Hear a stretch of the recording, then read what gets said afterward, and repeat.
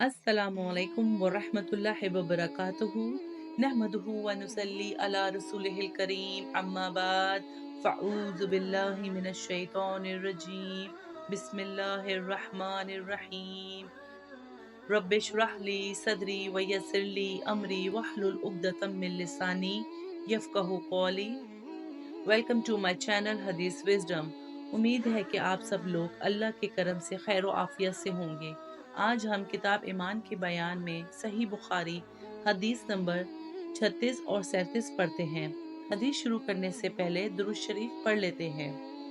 अल्लाहुम्मा सल्ली अला मुहम्मदिन व अला आले मुहम्मदिन कमा सल्लैता अला इब्राहीम व अला आले इब्राहीम इन्नका हमीदुम मजीद। अल्लाहुम्मा बारिक अला मुहम्मदिन व अला आले मुहम्मदिन कमा बारकता अला इब्राहीम व अला आले इब्राहीम इन्नका हमीदुम मजीद। सही बुखारी हदीस नंबर 36। आप सल्लल्लाहु अलैहि वसल्लम ने फरमाया, जो शख्स अल्लाह की राह में जहाद के लिए निकला, अल्लाह उसका जामिन हो गया।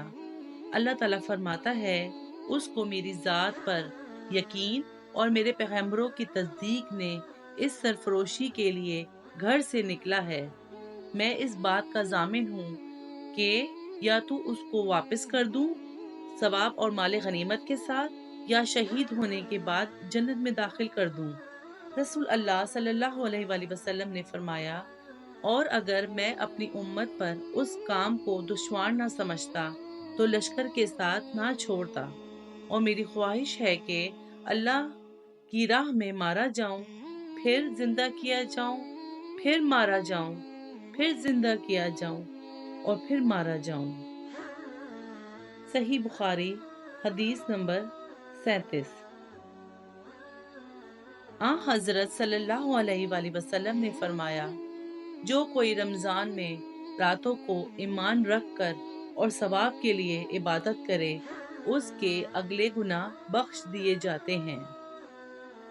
वीडियो अच्छी लगी हो तो लाइक और शेयर करना मत भूलेगा, और अगर चैनल पे नए हैं तो सब्सक्राइब और बेल आइकन प्रेस कर लेगा, ताकि मेरे आने वाली नई वीडियो की नोटिफिकेशन आप तक पहुंच जाए।